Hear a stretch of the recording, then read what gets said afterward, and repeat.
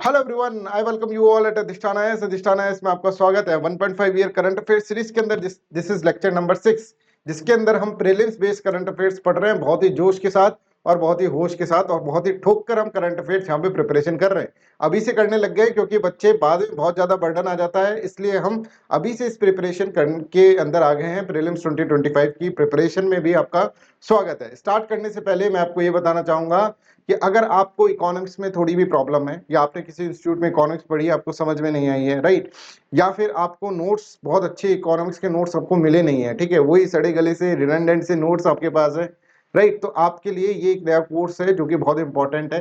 This is a complete comprehensive one stop solution for the economics. आप लोगों ने economics में से पढ़ी है, आपको पता है मेरी स्टाइल ऑफ टीचिंग क्या है। वो सिर्फ 20 से 30% है, जो भी अभी तक ओपन प्लेटफॉर्म्स पे 20 से 30% है। उसके बाद क्या है इकोनॉमिक्स के अंदर, किस तरह से 100% कंप्लीट इकोनॉमिक्स आप इसके अंदर पढ़ें, जिसके अंदर स्पेशल प्रीलिम्स टेस्ट सीरीज है, मेंस टेस्ट सीरीज है, योजना, कुरुक्षेत्र और बहुत सारी जो बजट इकोनॉमिक सर्वे, इनमें से तुम्हारा नोट्स बनाया गया है, ठीक है। Various government reports are there, तो सारी चीजें आपको यहाँ पर पढ़ाई जाएंगी बहुत ही अच्छे से और बहुत ही लूसिड मैनर के अंदर। तो दिस इज व्हाट नया इकोनॉमिक कोर्स आप सभी ज्वाइन करें। डिस्क्रिप्शन के अंदर लिंक दे रखा है, उसको देखें, उसके अंदर हम क्या क्या दे रहे हैं ये आपको पता चलेगा उसके अंदर से, राइट। चलिए let's start with the first thing first, Indian flying fox. Sir आप बोल रहे हैं इंडियन फ्लाइंग फॉक्स, फॉक्स की जगह चमगादड़ कहीं लटका दिया आपने। चमगादड़ इसलिए लटका दिया बिकॉज यही है इंडियन फ्लाइंग फॉक्स, और ये इंडियन फ्लाइंग फॉक्स की, इस चमगादड़ की विडंबना है कि है तो चमगादड़ पर इसका मुंह देखो भगवान ने किसकी तरह दे दिया, फॉक्स की तरह दे दिया। तो इसीलिए इसको क्या करता है, फ्लाइंग फॉक्स कहा जाता है कि उड़ती हुई एक तरह से लोमड़ी है ये, राइट।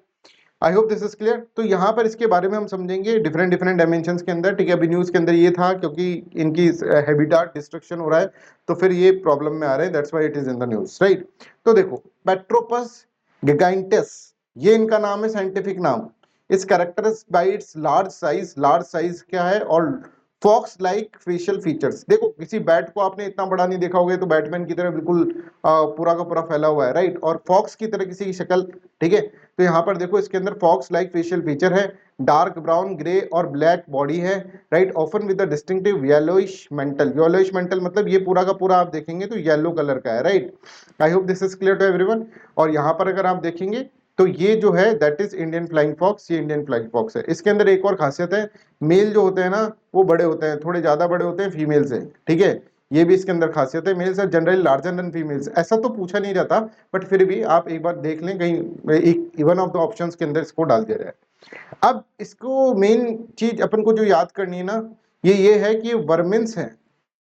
वर्मिन्स का मतलब क्या है, बड़े वर्मिन्स का मतलब बहुत ही ज्यादा हानिकारक होते हैं। किसके लिए हानिकारक होते हैं, ये क्रॉप्स के लिए बड़ी हानिकारक होते हैं, ठीक है। तो वर्मिन्स की कैटेगरी के अंदर इनको क्लासिफाइड करा गया है वाइल्ड लाइफ प्रोटेक्शन एक्ट के अंदर। और वाइल्ड लाइफ प्रोटेक्शन के एक्ट के अंदर वर्मिन्स का मतलब क्या है, इनको मारा जा सकता है, सरकार इनको मार सकती है, ठीक है, मारने के लिए प्रोविजन कर सकते हैं। क्योंकि ये क्या करते हैं, ये किस कौन सी क्रॉप के लिए खतरनाक है, ये जो फ्रूट का बगीचा होता है ना, पूरे फ्रूट्स का बगीचा, उसको पूरा पूरा खत्म कर देते हैं, ठीक है। इतने ज्यादा शरारती, इतने ज्यादा अगर आप देखेंगे तो हानिकारक है फ्रूट्स के लिए। तो ये बगीचे को, पूरे के पूरे बगीचे को एक्सटेंसिव डैमेज कर देते हैं बगीचे को। इसलिए इनको क्या कहा जाता है, इनको एक तरह से पेस्ट की तरह ट्रीट करा जाता है, और पेस्ट को पेस्टिसाइड से मार दिया जाता है, राइट। इसी तरह से इसको, वर्मिन्स को भी इस तरह से आप मार सकते हैं, इसके लिए पॉलिसीज आप बना सकते हैं। दूसरा, एक तो ये है, दूसरा जान को भी खतरा है इससे, ठीक है। कैसे, क्योंकि निपा वायरस आपने सुना होगा, केरला के अंदर इसने बिल्कुल तबाही मचा दी थी, ठीक है। इसको प्रमोट करने का काम ये करते हैं, राइट, इंडियन फ्लाइंग फॉक्स करते हैं, राइट। कैसे ये स्प्रेड करते हैं डिजीज को, वायरस को ये स्प्रेड करते हैं, और यहाँ से फिर क्या होता है, ह्यूमन बींग्स के अंदर ये वायरस आ जाता है। तो इसके कारण this is very important to understand कि एक तो ये वर्मीन्स की कैटेगरी के अंदर इनको डाला गया है बिकॉज ये पूरी की पूरी क्रॉप्स को खराब कर देते हैं, फ्रूट्स के बगीचों के पूरा तहस नहस कर देंगे, और दूसरा निपा वायरस भी ये फैलाते हैं, तो बहुत ही खराब है ये, राइट। तो अपन देखें, इंडियन फ्लाइंग फॉक्स लोमड़ तो होती ही खराब है, ठीक है, consider as a vermin, cause extensive damage to the fruit orchards and are therefore considered pest in this region. They may also be responsible for spreading disease, particularly the Nipah virus. ठीक है, I hope this is clear to everyone. ये देखो, इस तरह से एक बार लूंगे ना तो पूरा का पूरा बगीचा ही खा के जाएंगे, राइट। अच्छा, ये एक बात और समझो कि एक इंपॉर्टेंट भी है, ऐसा नहीं कि सब बुराई बुराई है कि भाई इसके अंदर मेरे फ्लाइंग फॉक्स के अंदर बुराई बुराई दिखती है आपको, ठीक है, ऐसा नहीं है। इसके अंदर एक भलाई भी है। ये देखो फूल के ऊपर लूमा पड़ा है, ठीक है, फूल के ऊपर लूमा पड़ा है, इसका मतलब क्या है, ये क्या होगा, इसके सीड डिस्पर्जन का काम करता है और इसके कारण पॉलिनेशन होता है, ठीक है। पॉलिनेशन होने के कारण सीड का क्या होता है, सीड डिस्पर्सल, पॉलिनेशन करने के कारण क्या होता है, बहुत सारे ये ट्रीज जो उगते हैं, ये जो फ्लावर प्लांट से बहुत सारे उगते हैं, राइट, एक जगह से दूसरी जगह सीड को देता रहता है, ठीक है। आप देखेंगे सीड एक प्लांट के अंदर भी दोनों होते हैं, है ना, मेल रिप्रोडक्टिव ऑर्गन और फीमेल रिप्रोडक्टिव ऑर्गन। तो मेल रिप्रोडक्टिव ऑर्गन्स को पॉलिनेट करके यहाँ के जो आप देखेंगे जो इसको पॉलिनेट करके, पॉलिनेशन करके इस तरह से क्या करता है, इस तरह से यहाँ पे रिप्रोडक्शन होता है, राइट। और इसके अलावा ये सीड की ग्रोथ को भी, सीड को डिस्पर्सल भी करता है, डिस्पर्सल करने के कारण भी एक जगह से दूसरी जगह तक सीड जाएगा तो सीड का ग्रोथ होगा, right. I hope this is clear to everyone. तो these are the bats acting as a keystone species, इसलिए इनको कीस्टोन स्पीसीज कहा जाता है। मैंने बताया कीस्टोन स्पीसीज क्या होता है, known for their nectar and the fruit eating habits. तो इससे क्या होता है, इससे contribute significantly to pollination and seed dispersal, thereby playing a vital role in maintaining ecosystem health and the biodiversity. बहुत ही बढ़िया बात है।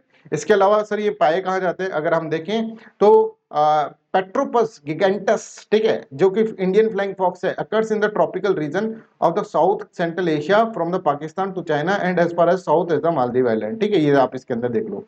अब इनका हैबिटाट देखें तो ये फॉरेस्ट के अंदर पाए जाते हैं। चमगादड़ कहाँ पाए जाते हैं, फॉरेस्ट के अंदर, और इतना बड़ा चमगादड़, ठीक है, वो भी फॉक्स के मुंह वाला चमगादड़, ठीक है, तो ये कहाँ पाया जाएगा, फॉरेस्ट के अंदर पाया जाता है और स्वैम्पी एरियाज के अंदर ही पाए जाते हैं, ठीक है। इसके अलावा आप देखेंगे तो कुछ ट्रीज हैं, जैसे बनियान ट्री, बानियन ट्री होता है, ठीक है, फिग ट्री होता है, राइट, इसके ऊपर ये इनका नेचुरल हैबिटाट होता है, राइट। चलो, roosting trees are usually in the vicinity of the body of the water. Large group of the individual roost in the trees such as banyan, fig or tamarind, right? These animals can be found in the forest and the forest और swamp area के अंदर ये पाए जाते हैं, ठीक है। अब इनका कंजर्वेशन स्टेटस देखते हैं। कंजर्वेशन स्टेटस देखिए तो एंडेंजर्ड स्पीसीज के अंदर आते हैं, ठीक है। Convention of international trade sites के अंदर अगर हम देखेंगे, साइट्स के अंदर ये अपेंडिक्स सेकंड के अंदर आते हैं, सॉरी, ठीक है, ठीक है। वाइल्ड लाइफ प्रोटेक्शन एक्ट के अंदर भी शेड्यूल सेकंड के अंदर ये आते हैं, ये वर्मिन्स कैटेगरी के अंदर आते हैं, राइट। चलिए नेक्स्ट हम इसके अंदर पढ़ते हैं। नेक्स्ट अब हम एक ऐसे आइलैंड के बारे में बात करना चाह रहे हैं जिसने शेख हसीना की जिंदगी छीन ली, ठीक है, सुख चैन उसके छीन लिए शेख हसीना के, ठीक है। और शेख हसीना ये बोल रही है कि इसी आइलैंड के कारण मेरी प्रधानमंत्रीशिप, प्राइम मिनिस्टरशिप जो है मेरी चली गई है, राइट। क्यों चली गई है, क्योंकि यूएसए ने कहा था कि ये आइलैंड हमको दे दे ठाकुर, और उसने कहा था कि नहीं, तो उसने फिर उसके दोनों हाथ काट दिए, राइट। इसी तरह से शेख हसीना से भी बोला गया कि ये आइलैंड हमें दे दो यूनाइटेड स्टेट्स ऑफ अमेरिका के द्वारा, ठीक है। यहाँ पर United states of America is Gabbar Singh और ये जो है क्या नाम था उनका, ठाकुर जी है, राइट। शेख हसीना, और शेख हसीना को बोला कि भाई हमको ये आइलैंड दे दो, सेंट मरीना मार्टिन आइलैंड दे दो, तो उसने मना कर दिया और सेंट मार्टिन आइलैंड इसलिए न्यूज के अंदर आ गया, राइट। तो आप यहाँ पर देखो कि ये बांग्लादेश के साथ आप यहाँ पर देख सकते हैं कि भारत और बांग्लादेश के अंदर ये एक बाउंड्री है 4096 किलोमीटर लॉन्ग बाउंड्री, मैंने आपको बताया था। आप मुझे कमेंट सेक्शन के अंदर ये बताओ सबसे पहले कि यहाँ पर, ठीक है, यहाँ पर कौन कौन सी इंडियन स्टेट्स जो है उसके साथ बाउंड्री है, और ये बताओ सबसे ज्यादा बड़ी बाउंड्री किसके साथ है और सबसे छोटी बाउंड्री किसके साथ है बांग्लादेश की, ये आप इसके अंदर मेरे को बताएंगे। 5 स्टेट है, मैंने पिछली क्लास के अंदर आपको बताया था। सभी बच्चे कमेंट सेक्शन के अंदर लिखेंगे, कोई भी बच्चा ऐसा नहीं होना चाहिए जिसने वीडियो देखा और कमेंट सेक्शन में नहीं लिखा। अगर ऐसा एटीट्यूड रखोगे, बिलीव मी, कभी सिलेक्शन नहीं होगा, ठीक है। आपको पार्टिसिपेट करना होगा, चीजों के अंदर पार्टिसिपेट करना होगा, लिख दोगे तो याद रह जाएगा, इसलिए आपसे लिखवा रहे हैं, नहीं तो अपनी कॉपी में लिख लेना, ठीक है। मत करो, कमेंट में मत लिख के कॉपी में लिख लेना। जिसने नहीं लिखा वो मैं आप गारंटी लेके बोल रहा हूं मैं आपको, अगर अभी से आप सीरियस नहीं होंगे तो आपका सिलेक्शन नहीं होगा। प्लीज ट्राई टू अंडरस्टैंड, इसको लिखना जरूर है आपको कि यहाँ पर बांग्लादेश के साथ कौन कौन सी स्टेट्स की बाउंड्री है, इंडियन स्टेट्स की बाउंड्री है, और दूसरा ये लिखना है सबसे बड़ी बाउंड्री किसकी है और सबसे छोटी बाउंड्री किसकी है, राइट। ये देख लो, ऐसे ऐसे छोटे छोटे क्वेश्चन में भी दिक्कत आ जाती है। ये देखो यहाँ पर दिख रहा है बांग्लादेश यहाँ तक फैला हुआ है, तो ये वाला पोर्शन ये वाला है, राइट। इसके अगर नीचे चलोगे थोड़ा सा और साउथ के अंदर चलोगे तो यहाँ पर सेंट मैरीन आइलैंड है, मार्टिन आइलैंड है। ये सेंट मार्टिन आइलैंड है ना, बड़ा ही खूबसूरत आइलैंड है। यूनाइटेड स्टेट्स ऑफ अमेरिका चाहता था, ऐसा शेख हसीना का कहना है कि यूनाइटेड स्टेट्स ऑफ अमेरिका चाहता कि सेंट मार्टिन आइलैंड के ऊपर उसको कंट्रोल हो, राइट। जिससे कि क्या हो, जिससे कि वो अपना नेवल बेस और इस तरह का कुछ बना ले, राइट। बे ऑफ बंगाल के अंदर ये स्थित है सेंट मार्टिन आइलैंड। इसकी भी बहुत बड़ी कहानी है, इस कहानी को अपन समझेंगे।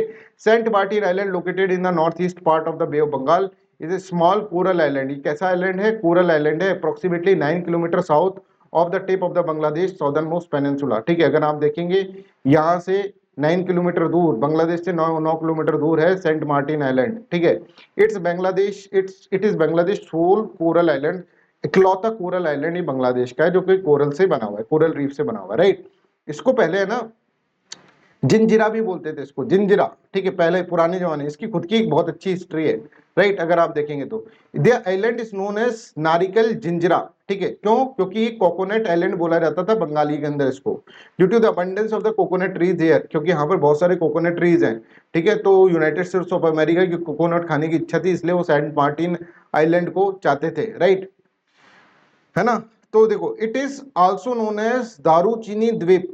ठीक है, जिसे सिनामोन आइलैंड भी इसको बोला जाता है, दारूचीनी द्वीप भी बोला है, जो होते हैं ना दालचीनी नहीं होती, ठीक है, उसकी तरह उसका द्वीप, राइट, ऐसा माना जाता है इसको, राइट। अच्छा, अब ये पहले क्या था? पहले ऐसा नहीं था, ये ऐसा नहीं हुआ करता था, इसका भी एक पूरा परिवार था, अगर आप देखेंगे, है ना। तो यहाँ पर ये पूरा का पूरा ऐसा था, एक आइलैंड था बड़ा सारा। ठीक है, एक पेनिनसुला की टाइप का था, है ना, पेनिनसुला टाइप का था ये एक तरह से, जो 3 साइड से पानी से भरा है, एक साइड से लैंड है उसके ऊपर। ठीक है, वो था, आइलैंड नहीं था, पेनिनसुला था ये। उस पेनिनसुला का नाम था तेनकाफ पेनिनसुला, तेनकाफ पेनिनसुला, ये याद रखना बिल्कुल, दिस इज इंपॉर्टेंट। अब इसके कारण क्या हुआ कि तेनकाफ पेनिनसुला का बहुत सारा पोर्शन जो है वो सबमर्ज्ड हो गया और यही बचा रह गया बस, और ये बचा रह गया, और ये आज इतना बड़ा आइलैंड बन गया है कि इसने नौकरी खा गई शेख हसीना की आइलैंड। ठीक है, तो यहाँ पर देखो, अगर आप देखें, the island was once an extension of Teknaf peninsula but was separated due to submergence of a portion of the peninsula. However, this transformed the southernmost part of the peninsula into the island. Island बन गया southern most part, क्योंकि ये बाकी का ये रह गया, बाकी का ये चला गया पानी के अंदर, तो ये क्या हो जाएगा? ये एक आइलैंड बन जाएगा। आइलैंड और पेनिनसुला के अंदर अंतर पता है? पेनिनसुला वो होता है जो तीनों साइड से पानी से गिरा हो, 3 साइड से पानी गिरा हो। आइलैंड होता है जो चारों साइड से पानी से गिरा हो, right. Disconnected from the Bangladesh mainland, Bangladesh mainland से इस तरह से ये डिस्कनेक्ट हो गया, right. The island is surface area of only 3 square kilometre. अरे बाप रे सर, 3 स्क्वायर किलोमीटर के लिए इतना गड़बड़ हो गया। ठीक है, तो 3 स्क्वायर किलोमीटर स्क्वायर का इसका एरिया है, अगर आप देखेंगे, और इसके अंदर सिर्फ और सिर्फ 3700 लोग रहते हैं, पर फिर भी शेख हसीना नहीं झुकी, राइट। और यहाँ पर जैसे आपको बताया गया था, कोकोनट फार्मिंग होती है, सीवीड हार्वेस्टिंग होती है, फिशिंग, राइस कल्टीवेशन ये होता है, which is dried and exported to Myanmar. इनको सुखाया जाता है और एक्सपोर्ट कर दिया जाता है। सीवीड हार्वेस्टिंग होती है जिसके अंदर सीवीड्स को सुखाया जाता है और म्यांमार की तरफ भेज दिया जाता है। I hope this is clear to everyone, यहाँ तक सबके क्लियर है? अभी तो और है इसके अंदर, इसकी हिस्ट्री सुनोगे तो और मजा आएगा, है ना। इसकी हिस्ट्री सुनते हैं। तो आप देखेंगे ये पहले है ना अरब मर्चेंट ने इनको नाम दिया था झाजीरा। कितने नाम है भाई? झाजीरा, ठीक है, ये नाम दिया था पहले इसको। फिर 1900 के अंदर ब्रिटिशर्स आए और ब्रिटिशर्स ने कहा कि यार, एक टीम यहाँ पे गई, उन्होंने कहा यार ये सेंट मार्टिन आइलैंड तो बहुत अच्छा है, इसको हम क्या करेंगे, इसको हम ब्रिटिश इंडिया के अंदर रखेंगे, ब्रिटिश इंडिया का ये पार्ट हो गया। और फिर उसको झाजीरा नाम से इसको चेंज करके सेंट मार्टिन करा। अब कुछ लोग तो ऐसे कहते हैं कि उस वक्त चिटगांव का जो डिप्टी कमिश्नर था उसका नाम मार्टिन था, इसलिए उसके नाम पर रखा है। कुछ बोलते हैं नहीं, ये बहुत बड़े सेंट थे क्रिश्चियनिटी के अंदर, इसलिए इनका नाम सेंट मार्टिन यहाँ पर रखा है। कैसे भी रखा हो, पर ये तो एक तरह से कब्रगाह बन गया किसका? शेख हसीना का, राइट। अब देखो, I hope this is clear to everyone, यहाँ तक सबको क्लियर है? पहले इसका नाम जजीरा हुआ करता था, अरेबियन मर्चेंट्स को जजीरा जजीरा करके चढ़ाते थे। 1900 के अंदर ब्रिटिशर्स ने इसका नाम थोड़ा सुधार दिया, सेंट मार्टिन लिख दिया, अंग्रेजों वाला नाम। और they are reports the islands, ठीक है। इसके बाद 1937 के अंदर क्या हुआ? 1937 के अंदर आप देखेंगे island remain A part of British India, British India का पार्ट रहा after Myanmar was separated from है। म्यांमार को सेपरेट कर दिया ब्रिटिशर्स ने, है ना, ब्रिटिशर्स ने म्यांमार को सेपरेट कर दिया था ना। और यहाँ पर आपने मॉडर्न स्ट्रीम पढ़ा होगा, पर ये आइलैंड जो था वो ब्रिटिश इंडिया के साथ रहा, ठीक है, ब्रिटिश इंडिया के साथ रहा, right. I hope this is clear to everyone. It remained so until the partition of 1947। 1947 के पास पाकिस्तान के पास चला गया। कितनों के हाथों में गया ये आइलैंड देखो। फिर पाकिस्तान के बाद जब बांग्लादेश लिबरेशन वार हुआ 1971, तो बांग्लादेश के हाथ में चला गया। और म्यांमार बोल रहा है कि साहब ये ब्रिटिशर्स ने हमारे हाथ में से ही छीन लिया था, पर अब ये हमारा ही आइलैंड होना चाहिए था। बांग्लादेश और म्यांमार आपस के अंदर खूब लड़े। पर 1974 के अंदर एग्रीमेंट साइन हो गया, ठीक है, आपस में खूब नहीं लड़े, मतलब इनके इश्यूज हुए, ठीक है। 1974 में एक एग्रीमेंट हो गया जिसमें म्यांमार ने बांग्लादेश को कहा ले जा तू सेंट मार्टिन, है ना, और जी ले अपनी जिंदगी, पर वो एक तरह से उन्होंने बद्दुआ दी थी उस वक्त, जो कि बद्दुआ अब जाकर उनके बांग्लादेश के प्राइम मिनिस्टर को लगी है, right. I hope this is clear to everyone. तो देखो in 1974 Bangladesh and Myanmar reached an agreement that coral island would be a part of Bangladesh territory. फिर भी इनकी कसक जो थी मन में रह गई थी, प्यार से नहीं दिया इन्होंने आइलैंड। और आप देखेंगे यहाँ पर बहुत सारी इनके बीच में टेंशन होती रहती है। Bangladesh fisherman often use their boat to the island a major fishing up and face detentions firing warning from the Myanmar naval forces, क्योंकि दिल से नहीं दिया था ना इन्होंने। इस तरह से आप इसके अंदर देखते हैं, राइट। तो इनके बीच में इशू था, राइट। इसके बाद 2012 के अंदर international tribunal of for law of sea ITLOS, ठीक है, इसने कह दिया कि भाई बांग्लादेश की सोवरेंटी इस आइलैंड के ऊपर, म्यांमार तुम ज्यादा ना उड़ो, ठीक है। इस तरह से उसको इस तरह से बोल दिया। I hope this is clear to everyone, है ना। And this is all about the Saint Martin Island. ये सेंट मार्टिन आइलैंड के बारे में मैंने आपको सब कुछ इसके अंदर बता दिया। Next is about the capital gain tax. Capital gain tax की अलग कहानी है। गवर्नमेंट ने पहले इसके अंदर कुछ चेंज करा था, फिर वापस से कुछ चेंज को हटा दिया है, राइट, वापस से रोल बैक कर दिया है, क्योंकि इस बार अपोजिशन बहुत तगड़ा हो रखा है। देखो आप ब्रॉडकास्ट बिल जो था उसको भी हटवा दिया अपोजिशन ने, ठीक है। और इसका क्रिटिसिज्म कर करके इतने कान खा गए, कानों से खून निकलने लग गए उनके, राइट। तो वो क्या करने लगे, उन्होंने फिर इसको हटाई दिया, बजट के अंदर जो बोला उसको वापस से रोल बैक कर दिया, राइट। तो अब क्या है, कैपिटल गेन टैक्स के अंदर क्या हुआ था, इंडेक्सेशन क्या है, ये सब चीजें मैं आपको पढ़ा देता हूँ भाई, बहुत ही इंपॉर्टेंट है, बहुत ही आसान भाषा के अंदर इकोनॉमिक्स का एक टॉपिक है, वो आपको कवर करवा देता हूँ। कैपिटल गेन टैक्स क्या होता है। मान लीजिए मैंने कोई सोना खरीदा 2010 के अंदर, ठीक है, और उस सोने का 100 रुपए का था। क्या बात कर रहे हो सर, इतना इतना सा सोना खरीदा, हाँ भाई, एग्जाम्पल है, 100 रुपए का मैंने सोना खरीदा, और वो मैंने 2022 के अंदर ये 10,000 रुपए में बेच दिया किसी को, तो गवर्नमेंट कहेगी वाह भाई वाह, तुम तो बहुत ही ज्यादा शाहरुख खान टाइप के निकले, 2022 के अंदर जाके आपने 10,000 में इसको बेच दिया। मतलब आपको कितने रुपए का यहाँ पर क्या हो गया, प्रॉफिट हो गया। प्रॉफिट कितने का हो गया, अगर हम देखेंगे तो यहाँ पे 9,900 रुपए का प्रॉफिट हमको हो गया। तो गवर्नमेंट कहेगी इस 9,900 रुपए के ऊपर हमको भी कुछ दे दो, हमको थोड़ा सा आप क्या करो, टैक्स दे दो। हम कहेंगे काहे, तो गवर्नमेंट कहेगी क्योंकि आपका जो कैपिटल हुआ उसका गेन हुआ ना, 100 से 10,000 का हो गया, गेन हुआ, तो गेन के ऊपर तो हम तो हमेशा प्रॉफिट के ऊपर तो हम टैक्स लेते हैं, इसीलिए कैपिटल के गेन के ऊपर हम तुमसे टैक्स लेगा। हमने कहा हम नहीं देगा, फिर भी गवर्नमेंट ने कहा लेगा, ठीक है, तो गवर्नमेंट ने कह दिया तो फिर हमको देना पड़ेगा। और गवर्नमेंट ने कहा ये कैपिटल गेन जो होगा, ठीक है, वो तभी होगा जब आप इसको बेचोगे, तो अपने पास रखोगे ना तो उसको ऊपर टैक्स नहीं लगेगा, कैपिटल गेन कितना भी हो जाए उसके ऊपर टैक्स नहीं लगेगा। पर जो ही आपने किसी को बेच दिया तो क्या हो जाएगा, उसके ऊपर टैक्स आपको देना पड़ेगा, that is known as capital gain tax. I hope this is clear to everyone. तो कैपिटल गेन का मतलब समझ में आया, capital gain tax is a tax levied on the capital gain gains, ठीक है। Profit and investors realise when he sells a capital asset for a price that is higher than the purchase price, ठीक है।